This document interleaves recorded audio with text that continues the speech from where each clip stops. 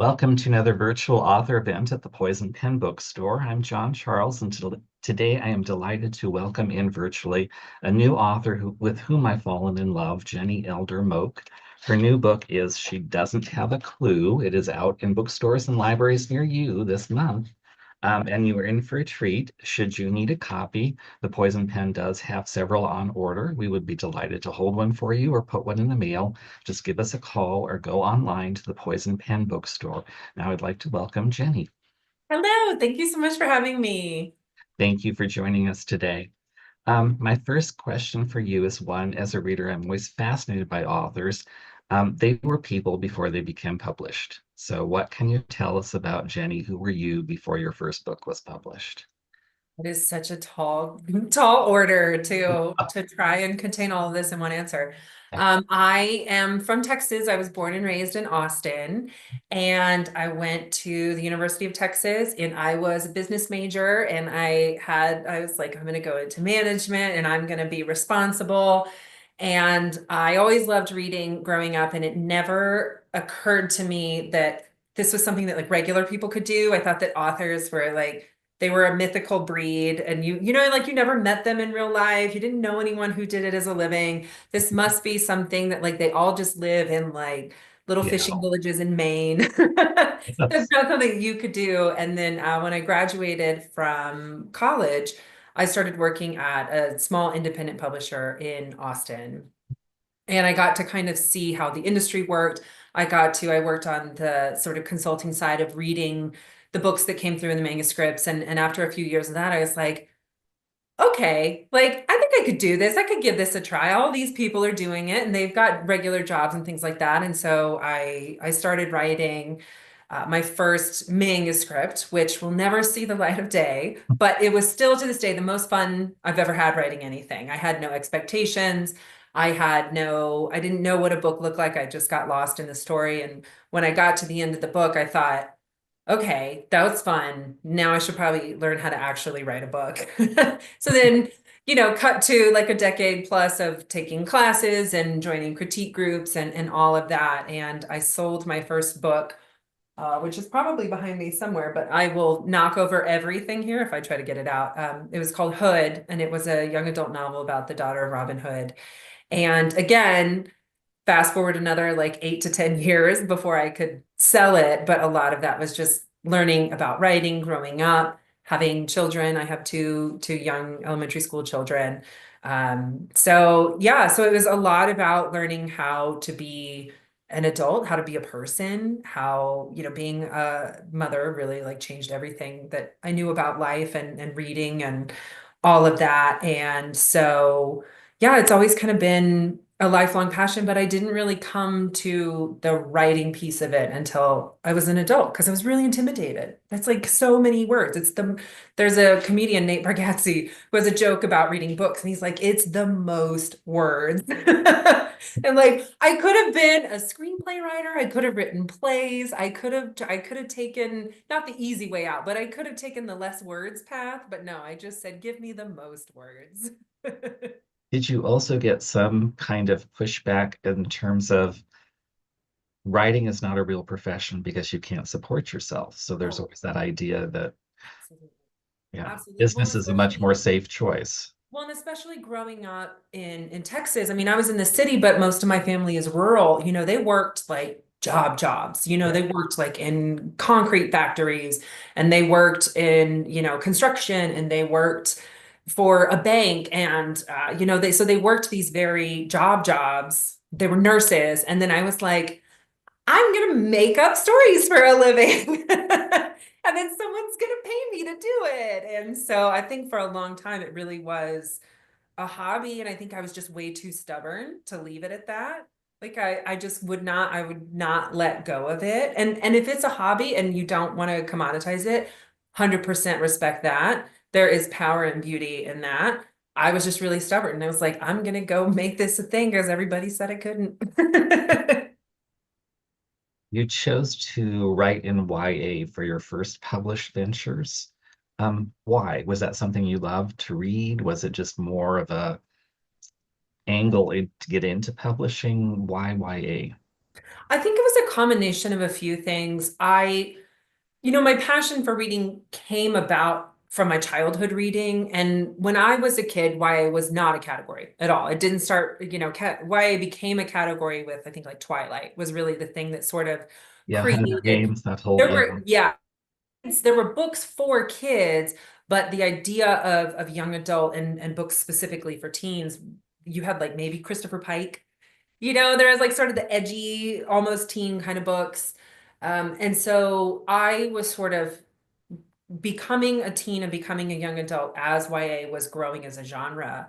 And what I really liked about young adult, which is honestly still the same way I approached my adult writing, and she doesn't have a clue, was I liked the immediacy of the action and the emotion. I liked that things were happening in the moment and they were processing them in the moment. And there's nothing in a lot of adult books, there's nothing wrong with it because as an adult now, this is how I process my feelings. But a lot of adult books, there's a level of remove when from the emotion or from, it's much more about observation, it's much more about introspection, which now as an adult I've gotten to. But when I was in like my early 20s, just starting out, I was like, no, everything is happening. It's now, it's fast. Like I want it to feel that immediate to me. And so YA was a really good space for me to explore that and where I was at emotionally coming out of college, looking at wanting to write. It felt like such a great space. It was especially a great space for female writers that didn't necessarily want to write women's fiction,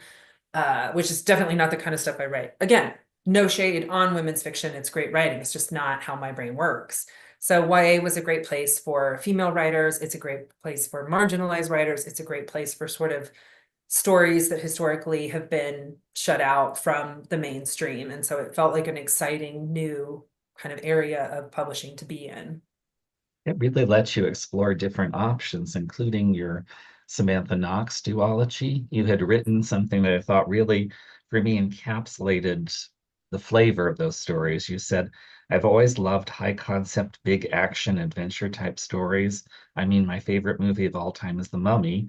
Young Indiana Jones meets National Treasure by way of The Mummy.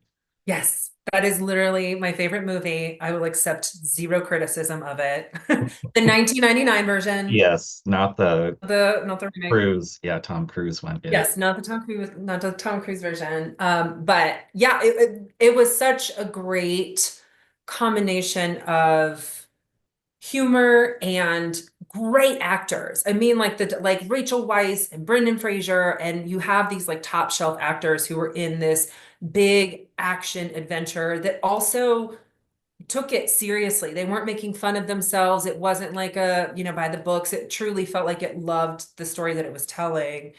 And I really loved that the main character was a female, that she was a librarian. It was not about her being, having a crossbow and being a ninja warrior or anything like that, or like her knowledge was her power. And you just never really see that in fiction, in particularly in like Hollywood stories. You never really got to see a woman with intelligence be the hero of a story and have her intelligence be that. And so for my Samantha Knox series, I really wanted to explore that. I wanted to explore a female main character in this very, very male dominated world. She's in 1920s. She ends up in Dublin, Ireland in the first book. And then she goes to Crete in the second book. But there's this male dominated field of archaeology, which women were like, unless they were wealthy British women who were widowers, they were very much shut out of that field. And so I wanted her to be somebody in that field and to have to fight to earn her respect, because that was so much of what, I mean, that's so much of what like being a woman today is about too. But I just loved the idea that her knowledge and her intelligence were her superpowers instead of just I'm going to fight with swords and and fists and things like that. Which brings us to your new book, She Doesn't Have a Clue. What do you want readers to know about it? So she doesn't have a clue, which has like such a juicy, delicious cover that I'm obsessed with. It is the story of a mystery writer who is heading to her ex-fiance slash current editor's weekend wedding on this remote, lush, privately owned island.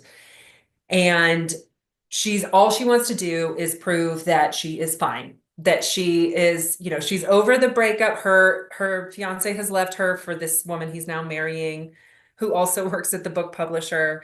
And she just wants to prove to all of these people who are her coworkers and who are her, her peers and professionals that she's doing fine, she's doing great, even though she is 6+ months past her deadline on her next book and totally stuck and has nothing to deliver.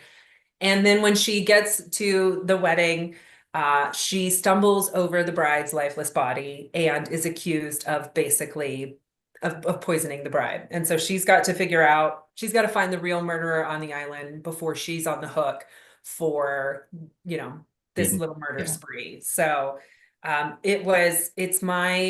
like to describe it as the movie Clue if they got it on. There's romance, there's the zany cast of characters, there's comedy, there's this big, extremely haunted mansion with all kinds of weird old money rich people things happening. And so it was just like a really, really fun playground to set this locked room mystery in.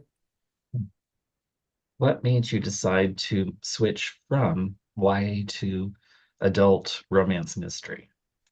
So I think for me, this was like a really natural transition. I'm a huge romance reader. I'm a huge mystery reader, particularly cozy kind of mysteries. I like thrillers too, but like mysteries where it's about the intelligence and the puzzle and sort of looking at all of the Agatha Christie kind of model of murder mystery. And I hadn't really ever seen those things done together. And I feel like romance, particularly contemporary romance, because when I was growing up reading romance, it was mostly historical. That's what was really big at the time. And contemporary romance has since kind of blown up. And what I really love about it is a lot of these contemporary romances, they have sort of an ancillary plot that's going on at the same time. It might be something in their career, it might be something with their friend groups, it might be something in their family. But I loved that it's not just the romance, that the romance is enhancing this other storyline that might be going on. And so I really wanted to, because I'm a glutton for punishment and I love to challenge myself. I thought, why not take these two highly structured, very specific genres that have all these beats that people expect you to hit, and then try and meld them together in a story that feels like it works seamlessly for both genres. I think you're right because romance has had kind of a relationship with mystery in the past, but it's been romantic suspense. So it's been Yes. the thriller or the Yeah. suspense angle, and that's been around since Mary Stuart and Victoria Holt and all those people.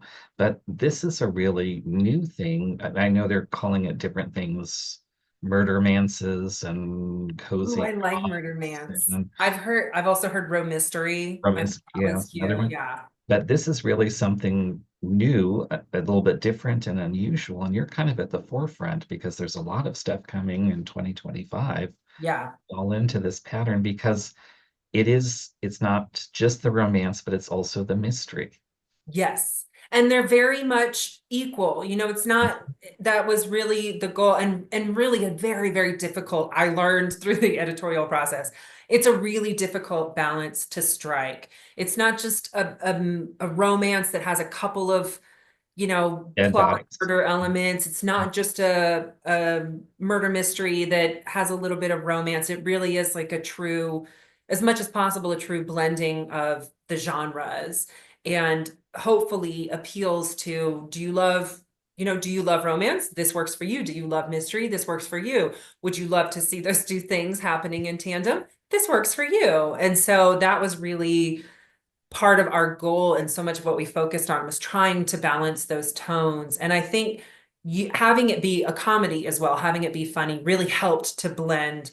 Like you said, romantic suspense has always been around, but that was very serious. They're much more thriller based. It's much more, that pacing. The comedy here really was able to sort of tie together quirky murder mystery and, rom-com and Mhm. put them together. So I think that that's really kind of what helped bring the two storylines together.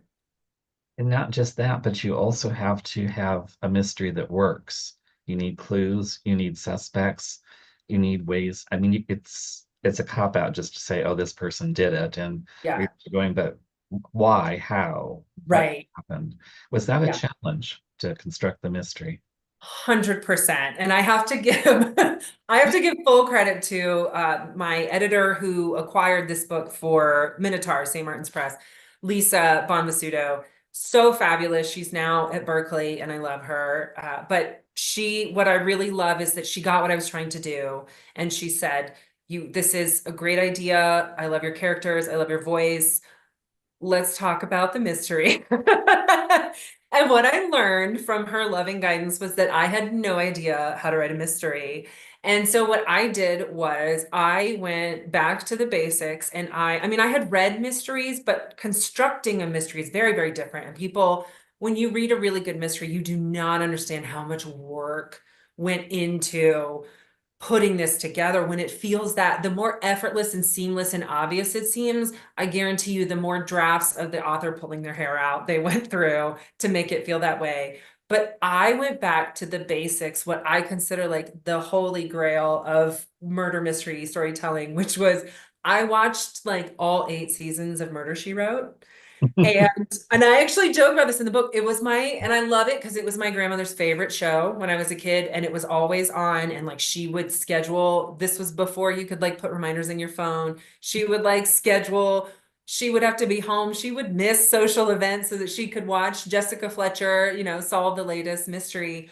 But what I learned from watching that show was that those writers really had the formula down pat. They understood how to structure a murder mystery, and they did it in a tight 40 minutes every week, and they did it for like 23 episodes a year for like 8 years. And so to be able to do that, they really had to understand the formula. And through watching it, and I'm very much like a visual learner, so it really helped me to watch the show in that contained approach. It became so obvious. Oh, there are the beats, you introduce the character, you introduce the circumstances, you have all these somebody has a suspicious conversation, Yeah. somebody gets in a fight, you watch somebody handle a piece of evidence, you've got your body drop, and then you start to investigate those pieces you saw before. And then there's all these, there's red herrings, and this person has a secret, but it's actually this. And, so figuring out that structure and how to deliver on it,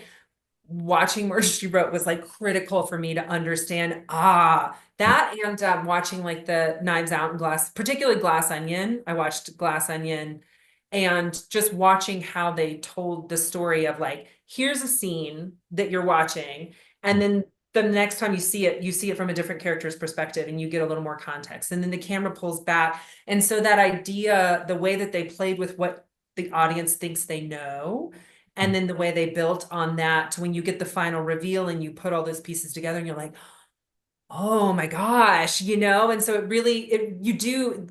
you do have to think about that structure, and you have to respect the readers of that genre because they're very high volume readers. They read across a wide breadth of authors. Authors who write murder mysteries tend to write, long series, or they tend to write a lot. So you really do have to be thoughtful and respectful of those readers. They're smart and they know that like you can't pull a fast one on them. You can't just have somebody come out act 3 that we've never even seen before and say, aha, it was an evil twin, like you can't do it. They'll know. And that's not a satisfactory delivery. So you really do have to respect the genre and the structure of it. You really do an excellent job with the pacing, with the plotting, and I think you have highlighted what the ultimate goal for writers when they're writing mysteries is that you want all the clues to be there, everything that the reader or the viewer can pick up on. But if they don't, they still can say, "Oh, well, it was there. I just missed it." They're Yes. not saying, "Oh, it wasn't there. There was no reason for me to be able to figure it out." So either Yeah. they're happy that they got it, or they're okay that they didn't because they just missed something that the author put in. Yes. And I think too that when you're writing in a lot of those clues, there's also a very delicate balance of giving a clue without giving away that it's a clue, you know, whereas, and so you do kind of have to, because even as a writer, when I read books, sometimes somebody will casually notice something and then I'm Mhm. like, oh, that's going to matter later. And so Or it is can it? be. Because you kind of think, is the author doing a double cross or Yes. And so that is, you really do as an author, you have to be so intentional about those choices and not being like, and then he picked up this, you know, but you can't also just be like, there was a pen. Like you've got to kind of walk that balance of this is important, but then look over here quickly. There's a big kerfuffle and don't worry about the pen. That will matter later. in addition to everything you're juggling in the book as an author, you made your protagonist Kate a writer herself, and you had to create snippets of her book to include in the story. What was Yes. that like? You know, it was funny because when I started out, I didn't have, so each act is introduced with an excerpt from an existing book. So Kate is this, you know, she's a best-selling mystery author. She's wrote this, what's called the Loretta Starling series. And Loretta is a bartender by day, amateur sleuth, or she's a bartender by night, amateur sleuth by day, I think is how we describe her. And Loretta is basically everything that Kate is not. She is confident and she's cool and she's like a badass and she's always out there fighting for the little guy and Kate is like a total mess. And so there's a lot of projection for her into Loretta.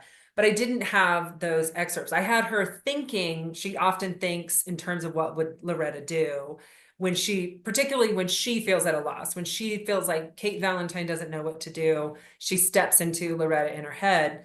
But it was actually really fun. My editor suggested, hey, what if we had some excerpts from the books?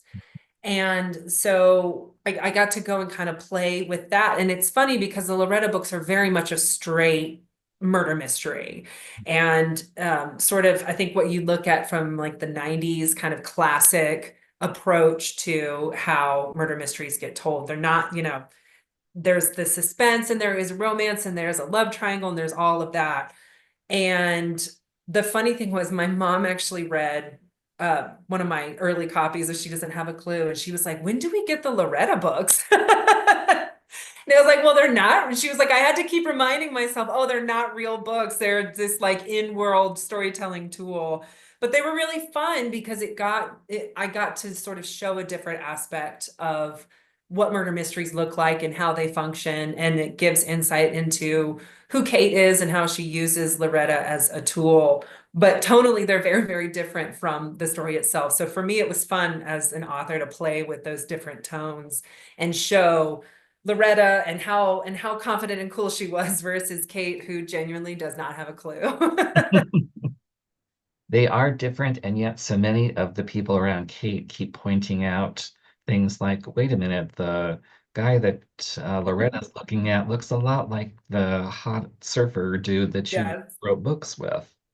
Yes, there's a long standing joke, which again was like one of my favorite.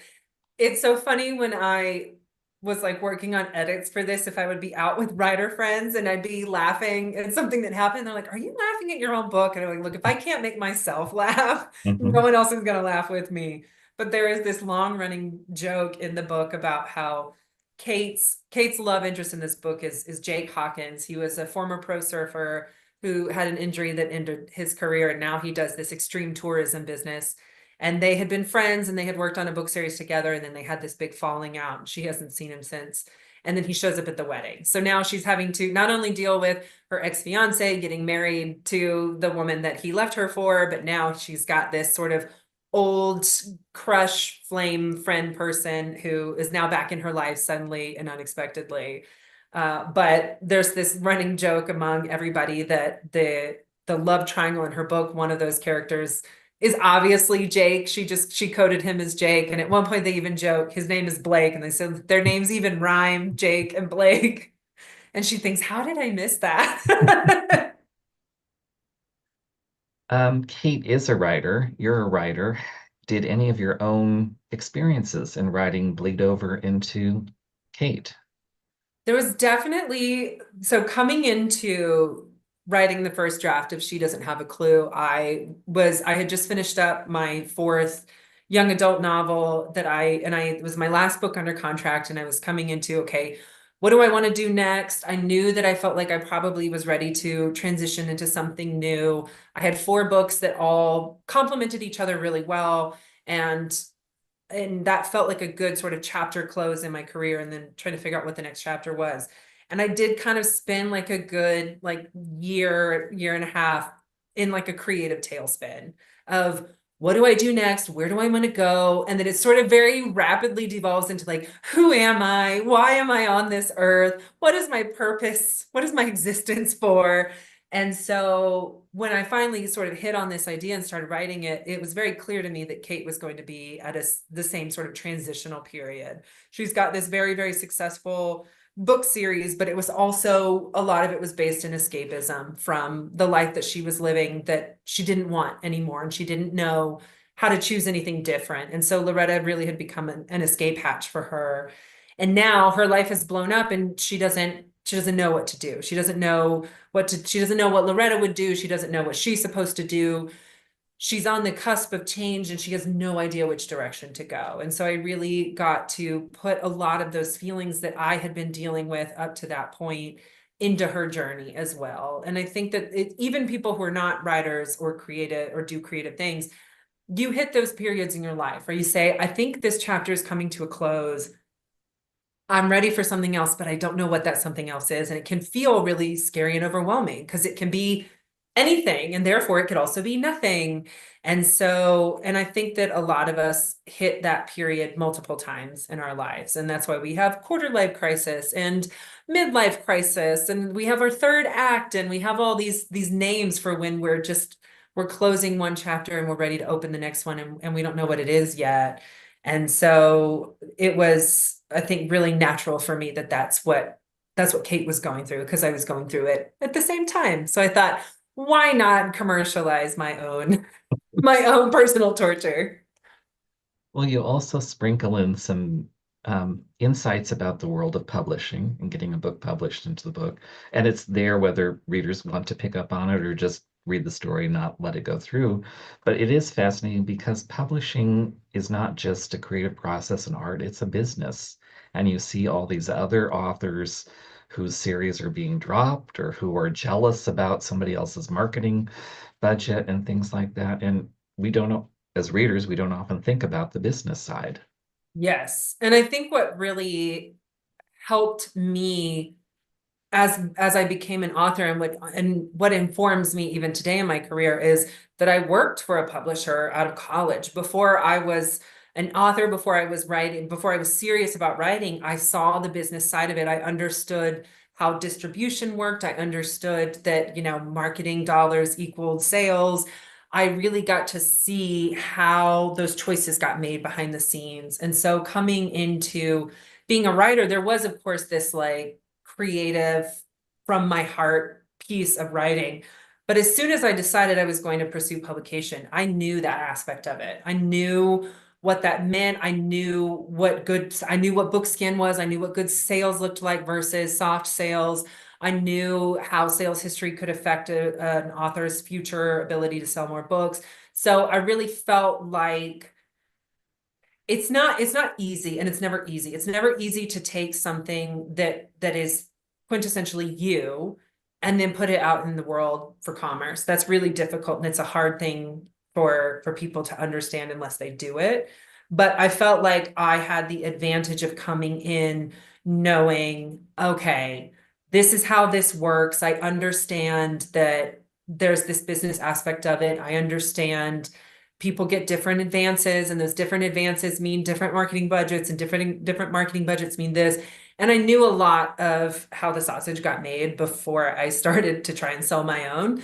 And so it really did help me to be a little less naive about how my expectations and about going into the business of it. And so it was also fun to put that into the book, because I say this lovingly, it is such a messy industry. It is, so even when I'm thinking about it even now, trying to think about taxes, every accountant I've ever had, when I have tried to explain the way that I get paid and why, And these are people that this is what they do for their job. And every time they look at me, they're like, what? Why? And I'm like, listen, I haven't even gotten to royalties yet. I'm just trying to explain what an advance is and why it happens the way it happens. Hmm.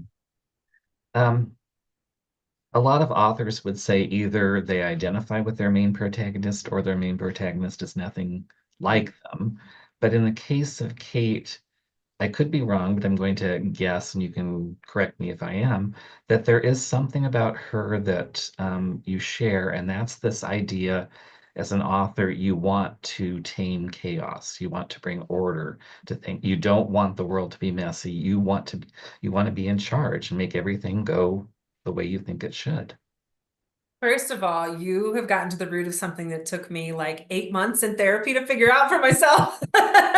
So congratulations on that brilliant insight. That was absolutely Kate has this comment. She's talking to Jake and she asks him, how do you do it? Like, how do you stay so calm when everything is so chaotic? And he says, if I let everything get to me, I'm out on these safaris with these Wall Street bros, and I've got to make them feel like they're in danger without ever being in danger while we're in nature. And nature does not play by anybody's rules. I've had to learn to embrace the chaos. And Kate says, I don't want to embrace the chaos. I want to organize it. So there's definitely a lot of that for me about that honestly that I have discovered through therapy, talking about, writing and craft and things like that, and realizing I am very much a plot first author. I love plot.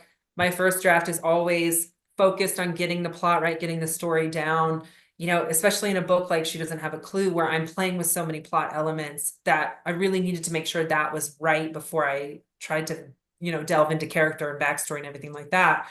But even my therapist, she was like, well, you must like plotting so much because then you know what's coming, you know the end. There is that comfort in structure.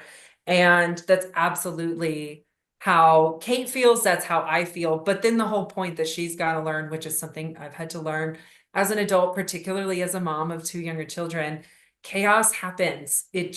That is existence is stuff getting thrown at you that you were not expecting. And so you do really have to learn to trust yourself and to trust that you can handle the things that come up, that you're strong enough, that you're capable enough, that you will get through whatever comes your way. And to also learn to be present in the moment and not let your worries about the future and anxiety and planning for that get in the way of enjoying where you are right now. And so that's definitely, again, a journey that Kate is on through this book that obviously resonates very clearly with me and came through for you as a reader.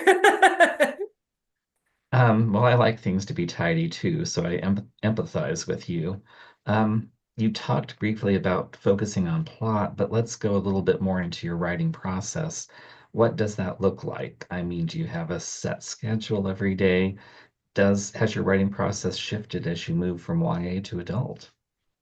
So I do have a pretty set schedule and I have a pretty structured approach, particularly to drafting. I am one of those like chaos monkeys who does not like revising. I know lots of writers do. I wish I did. I would rather literally rewrite the whole thing than have to just like go tweak some scenes. I'm like I am that difficult of a person. But my approach to drafting is very structured and has really helped because my first book came out in June 2020. So that was fun. And then at that point, I had three more books that I had sold that I was on deadline for the following 3 years. And I had two preschool and elementary school kids who were suddenly home full time on virtual learning for like a year and a half. And so I had to get really, really good at quick execution and being able to turn things around in a specific time frame. So I have a really specific approach to that first draft that makes it easiest for me. Now, to be fair, I don't start drafting. I might spend months and months, and maybe even years sometimes, just kind of stewing on an idea until I feel like I've got enough of the pieces, the theme, if I know my character arc, if I know my major plot points in my 3-act structure, And then from there, I create a scene list, and from the scene list, I'll create a chapter outline. And then basically I'll draft like a chapter a day off of that outline. And so that process, I won't say it's smooth, like no part of the writing process is ever smooth, but it is something that's easily replicable for me. But I think for me, I don't think the process changed from YA to adult. I think that the difference to me in YA and adult is the way that theme gets used, because YA tends to be very straightforward with theme because you're dealing with young people who are just learning something for the first time. They don't have the life experience to have really been able to process their trauma, or more importantly, to even turn their trauma into certain behaviors or characteristics.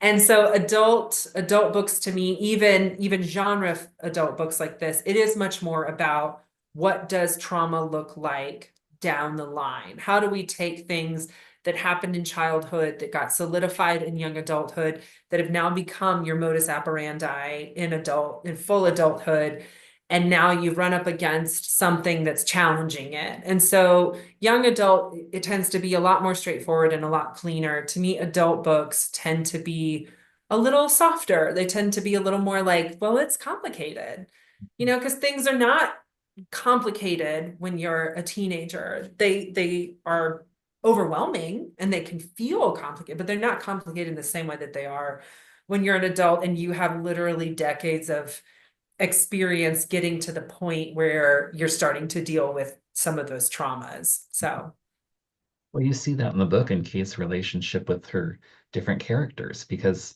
she wants to hate her ex-fiancé, but yet there's complicated issues involved. yes.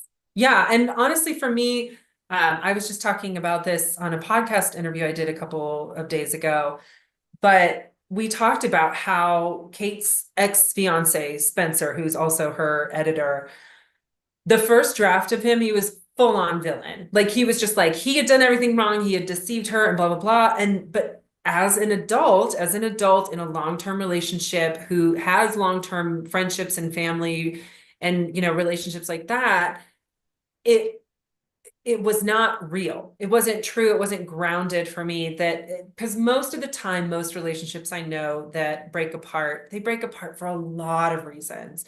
And most of it is that those people were not right for each other. Even if they made mistakes, even if one partner doesn't handle it well, most of the time when people break up, they weren't right for each other. And so for me, it was about going back and fleshing out who Spencer was as a person, giving him more reasons, and also kind of giving Kate a chance to grow up a little bit. And because she does think she wants to hate him and she wants to think he did this to me and he blew up my life and how dare he, but actually she was a participant in how their relationship dissolved. And she really it's a point of growth for her in the story to recognize, oh, I think that I was involved in this too. And so I think it's really easy to villainize an ex, especially if things didn't end well, or if they ended them not well. But it's also, I think, important for us as people to be able to grow, to recognize, how was I involved in that? How did I affect the disillusion of that relationship? And so I didn't want anybody to feel like a villain. I didn't want anybody in this, except for like the actual murderer. They can be a villain because they're a murderer, but I really didn't want anyone to feel like a villain. I wanted everyone to have reasons for why they behaved the way that they did. And I wanted them to feel like real people. And for the reasons that they clash to be grounded in their humanity and not just, I'm a bad person who does bad things. Yeah, I think even the mountain lion came across as complicated. One of my Christmas gifts was an ornament, and it's a mountain lion wearing a Santa hat and it says Fluffy, and it's like the best possible gift I could have gotten. I'm guessing one of the challenges with She Doesn't Have a Clue is because it merges two genres. How do you market that? And you have experience working in publishing and you're working with a publisher now. How do you make sure that mystery readers understand there's a mystery, that romance readers understand there's a romance for them? Because readers like to stay in their own little lanes, so to speak. Yes, very much so. And that was actually a big part of the conversation that I had with my editor and with St. Martin's Press, because I was actually surprised, again, because I didn't know what I was doing. I was really surprised when they said, "Hey, we want to put this on our mystery imprint." Minotaur is their mystery imprint. And I was like, "Really? Do we feel like this is mystery forward?" Because I thought mystery was kind of the weaker element, and it was until we went through several rounds of revision, and now, it's just as strong in mystery as it is in romance. But I think that what they ultimately landed on, which I agree with, is that the mystery story is the driver of the action in this. And it really is, we need to solve this murder. Or we need to solve these, we need to figure out who's doing this before, either we get taken out or we end up on the hook for it. And so it is, shelved as mystery. So then a lot of it came down to talking about the packaging. And again, I talked about this like adorable cover. You've got Kate and Jake on the cover. They're giving each other a flirty little look. So, and there's these bright pops of color with like the flowers and things like that, so that people can see, oh, okay, this isn't just a straight murder mystery. I think there's something going on here. And we got, part of it too was some of the blurbs that we got were from authors who had done both murder mystery and romance. And so there was some of that too. And then a lot of it is about like the marketing. It's about appealing to basically crossover readers, appealing to romance readers who might be looking for, a fresh twist on the genre, who might be looking for a little more storyline or a more specific storyline like a murder mystery. And so it can be really hard. I always joke with people, I'm like, either this book is going to take off or it's totally going to tank. Either people are going to get what we're doing here or they're not going to know. And I joke that I'm like, if this was a movie, I would never have to think about it, because movies like this exist, and you really can. It's so much easier in movies to cross genres, and they actually really want to see that and they encourage it.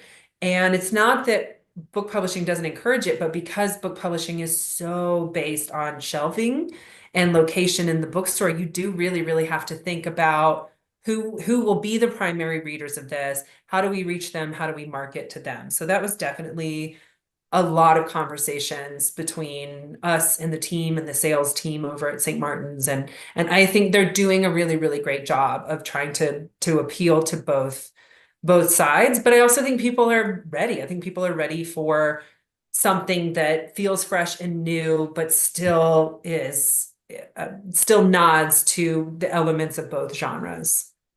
You're right, publishing is going through a sea change in many respects because of romantasy and where do you put Mhm. that? Fantasy, romance. But even so, there's some mystery readers might not recognize it, but there has been a tradition, especially in cozies, of there being a romantic subplot throughout a series. You look Yes. at all the ones that have made the transition to the Hallmark movie channel, and there's always that romance that usually ends up them getting married or something happening in Yeah. book 10. So there is the romantic thread. Yes. And I do think that, I wanted to be respectful of cozy mystery readers. I know that there is an element, because she doesn't have a clue, is an open door romance. There are on the page scenes of things happening between Kate and Jake. And as a romance reader, that was important to me that got incorporated, because I love that in romance, and particularly moving to adult. That was something that I wanted to explore as a writer. But I know that cozy mysteries historically do not include any sort of open door. It's alluded at. They're very, very slow burn. Like you said, they might get married by like book 10. And so this was something that I wanted to be respectful of cozy readers, but also be true to the kind of story that I wanted to tell.